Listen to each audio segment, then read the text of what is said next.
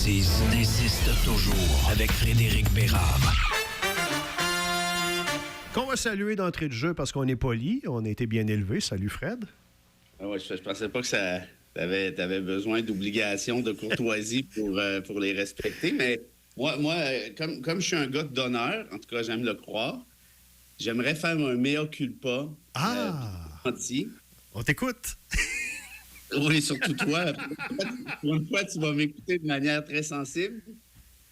C'était mon erreur hier, le son. Et je veux dire ce qui est arrivé, j'ai complètement oublié, mais la veille, j'ai échappé un verre d'eau. En fait, des gouttes d'eau dans mon ordinateur.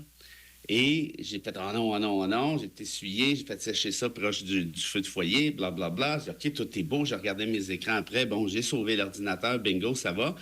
Et hier matin, quand j'ai parti l'ordinateur qui fonctionne encore, je vois bien, c'est le son qui était amputé. Et là, tu vois, je te parle de mon ordinateur. Le son est revenu miraculeusement parce que je mène une bonne vie puis que je crois au petit Jésus.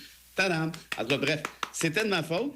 Mais ceci dit, toutes les autres fois, c'était la faute de Serge. Hey! Donc, je pense que c'était une espèce de... Voilà. Ça allait bien, là. Mais là, en 2024, c'est 1-0 pour Serge. Ouais. Oui, absolument. Serge et André. Oui, je m'inclus là-dedans. Non, Je suis sur le banc, mais je joue pas souvent, mais je suis là sur le banc. Il touche pas à tes garnouches de console. Ouais, Non, ça, c'est vrai, ça. C'est plus l'arbitre. Il est plus comme... il est neutre. Ouais, je peux observer puis dire « Ah non, Serge, là, faut que tu dises la vérité. » Ben, j'hésite encore à accepter ces humbles excuses, mais... Tu peux bien prendre tout le temps que tu veux, là, ça ne prendra pas grand-chose. Moi, y penser. On entendait Green Day avec leur plus récente il y a un instant, juste avant qu'on introduise Fred. Et il y a eu Fred au jour de l'an, Green Day, qui a beaucoup fait jaser la moitié de l'Amérique parce qu'ils se sont attaqués à... MAGA, Make America Great Again, ils ont inclus, ils ont changé les paroles de leur chanson American Idiot et ils ont inclus une petite pointe à la gang, les Trumpistes, comme on les appelle. Don't want to be an American idiot, don't want to be a MAGA. C'est parfait. Ouais. Il faut toujours compter sur Green Day. J'avais vu Green Day en spectacle quand ils ont sorti American Idiot, la tournée. Aïe, aïe, aïe. Eux, c'était à Bush qui faisait référence à l'époque. Oui, c'était dans le temps de Bush. Ouais. Mais tu sais, Bush versus Trump, là, c'est de la .5. Oh là là, oui. La petite bière. La petite biérette pas trop forte. Là. On le trouvait pas reposant, mais maintenant, on le prendrait. Oui. Quasiment. Mais voilà. Fait que oui, bravo. Ben, tu vois, pour moi, ça sert à ça, le mouvement punk. Bon, Green Day, c'est ultra commercial, mais ça reste quand même punk à la base, là, dans sa génétique. Ça sert à provoquer le pouvoir, ça sert à passer des messages, ça sert à sortir une société de sa torpeur puis dire « ça n'a pas d'allure ». Là.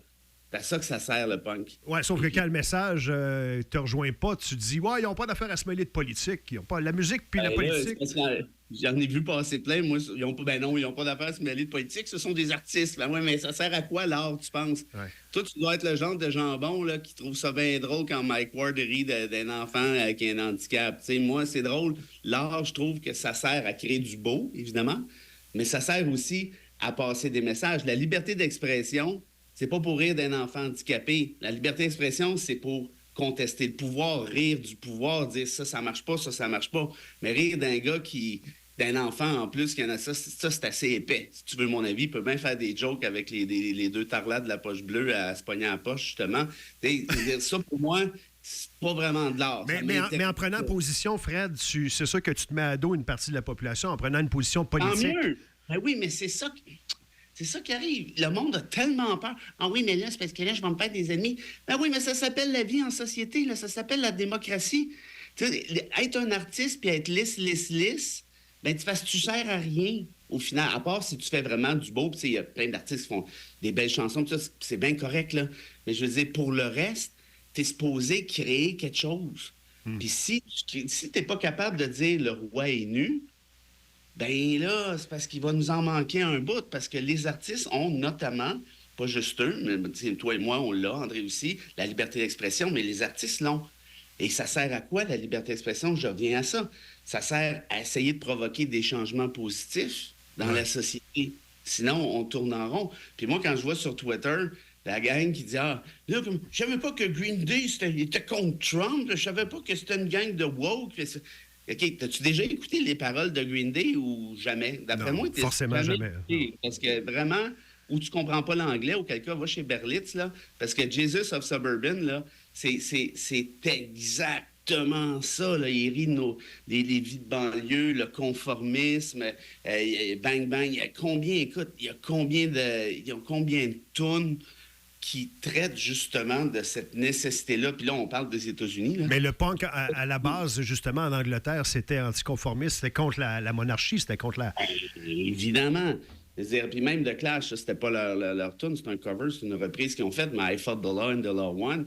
C'est une vieille tune des années 50. Après ça, London Calling, Police and Thieves. Je veux dire, hello, c'est à ça que ça sert. Puis là, évidemment, tu peux aller plus loin avec les Sex Pistols. Là, ça commence à être trash pas mal. Mais c'est à ça pareil. Et si je ramène ça ici, mettons je suis fédéraliste, là, on jase, là. Mettons, je suis fédéraliste, je peux aimer quand même Paul Piché qui s'affirme comme séparatiste? Non, mais comme artiste, tu peux bien aimer qui tu veux comme artiste. Pour moi, ça change rien.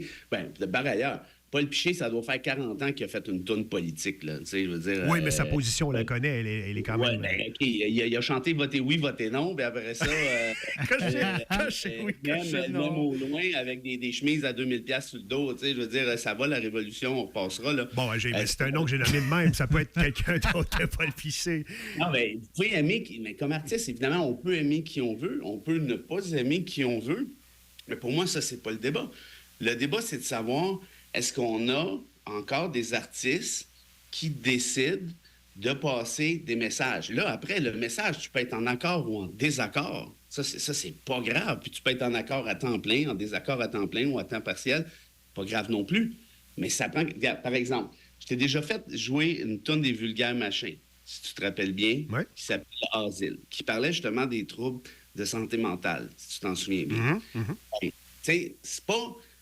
Tu l'avais joué en ondes. C'est pas tout le monde là, qui est capable de chanter ça puis dire c'est parce qu'il y a des enjeux de santé mentale, parce qu'il y a une partie de la société qui roule tout croche, parce que si puis parce que ça. Je veux dire, ça fait réfléchir, ça fait bouger. Moi, c'est pour ça que j'aime ce genre de musique-là. Ouais. Ce qui ne veut pas dire que je ne peux pas écouter de la musique, disons, lisse ou insignifiante, entre guillemets, d'un point de vue parole, parce que j'aime les mélodies et tout. Ça, c'est bien correct aussi. Je ne juge pas les gens qui écoutent autre chose, évidemment, mais d'avoir une musique qui est plus revendicatrice, puis dire, ah ben oui, j'ai pas pensé à ça.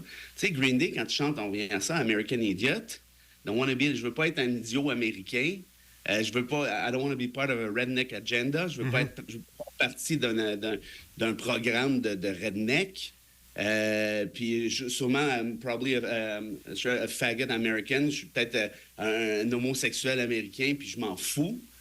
Ou encore la meilleure chanson de Green Day, pour moi, c'est Minority. Si vous écoutez les paroles, là, je ne veux pas faire partie de la majorité, je suis de la minorité. J'en suis fier. Puis arrête de m'écœurer avec ça. C'est des bons messages. Au moment où on se parle aux États-Unis, on en a parlé hier, si tu me permets de faire un pont. Ouais.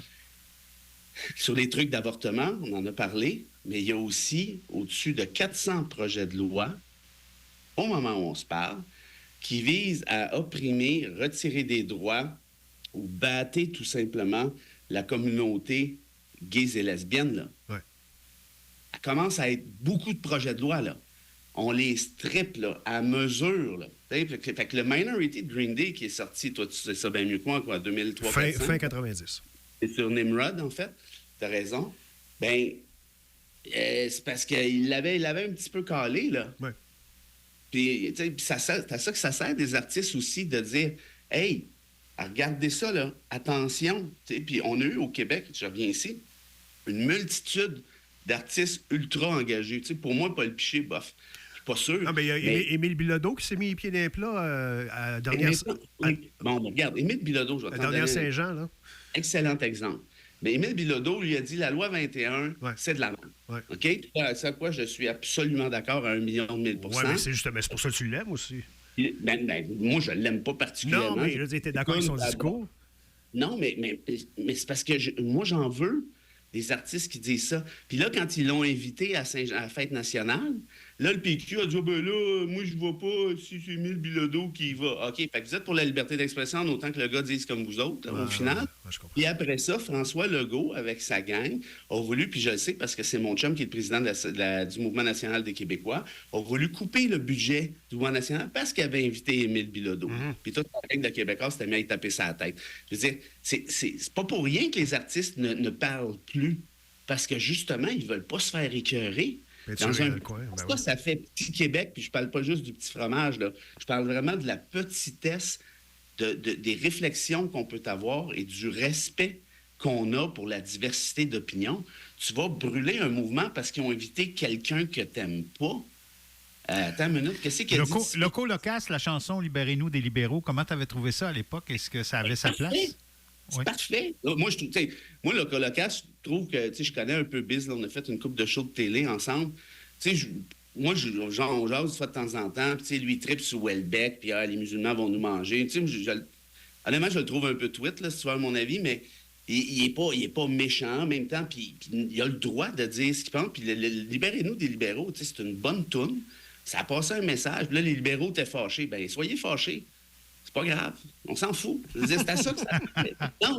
Non, mais moi, c'est parce que je veux pas être fâché. Bon, ben regarde, reste chez vous, éteins télé, éteins ton Internet, puis je sais pas, lis pas de livres surtout, puis joue au parchésie, je sais pas trop quoi te dire. Il y a les artistes qui acceptent d'aller jouer à Ottawa les 1er juillet à chaque année se font souvent...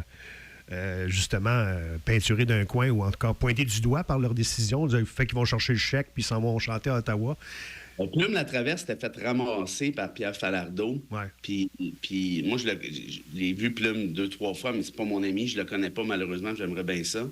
Mais on a plusieurs amis en commun.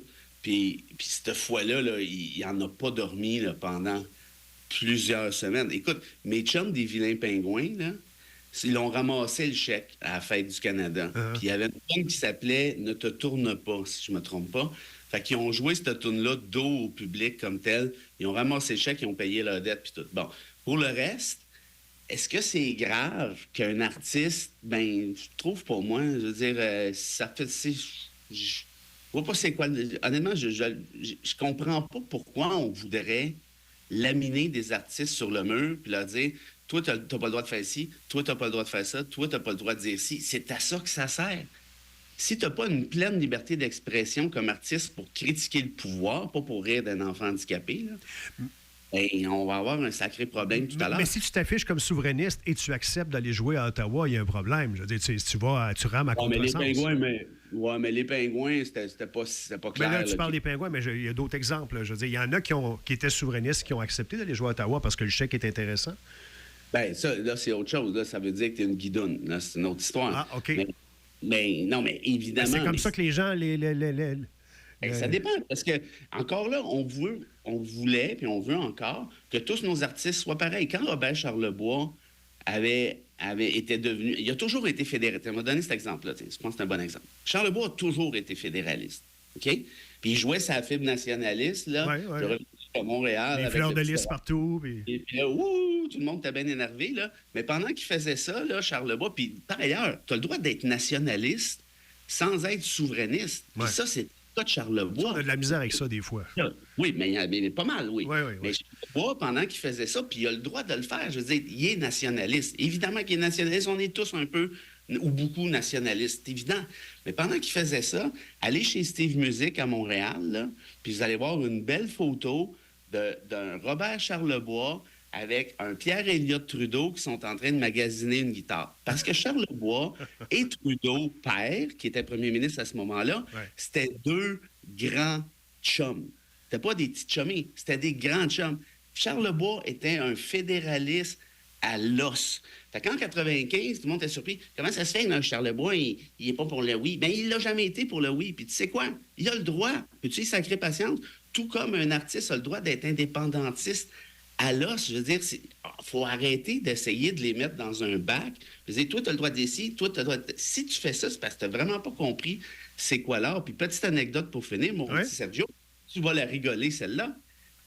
Trudeau, qui était pas fou, disait « Hey, si j'avais Robert Charlebois comme ministre, imagine-toi l'espèce de doigt d'honneur que ce serait à René Lévesque, disant « Regarde, ton icône de la musique C'est rock pop sûr, c'est sûr. est avec moi. Fait que là, Trudeau, il lançait des lignes à l'eau à tout bout de champ. Il dit Robert, quand est-ce que tu deviens ministre? Robert, viens donc ministre à Ottawa. Ah oui, Le non. French Power, on va changer les affaires, ça va être malade. Charlevoix, ouais. Puis là, c'est dans les années 70 où sa carrière était à côté dans le tapis. Puis à un moment donné, Charlevoix dit à Trudeau, il dit OK, Pierre, bon, j'ai bien pensé à ça, là, puis c'est bon, j'accepte de devenir ministre, là, ça marche. Le Trudeau, il n'en revenait pas. Il dit Hey, tu fais pas de farce avec ça, là. Es-tu sérieux? Il dit ouais, je suis sérieux, mais à une condition. Et Trudeau, il n'aimait pas bébé ça, les conditions. Non. Il dit, il me semblait que ça allait trop bien, là. C'est quoi ta condition? Ben, tu me laisses choisir mon ministère. Oh. Et Trudeau dit non, là. N'oubliez pas, Charlebois, il avait des pantalons pattes d'éléphant. Oui, puis, oui. il rentrait pas dans les cadres de porte, là, tu sais, je veux dire, il sentait le patchouli à grandeur. On peut pas vraiment le mettre ministre des Affaires étrangères. Qu'est-ce là, qu'il tu sais. voulait? Qu'est-ce qu'il voulait comme ministère? Il dit OK, ben gars, je te promets rien, mais vas-y donc, qu'est-ce que tu veux? Il dit j'aimerais devenir ministre de l'imagination. Quel artiste incroyable! C'est bon. Non, c'est bon. Trudeau a compris que c'était une joke et puis basta.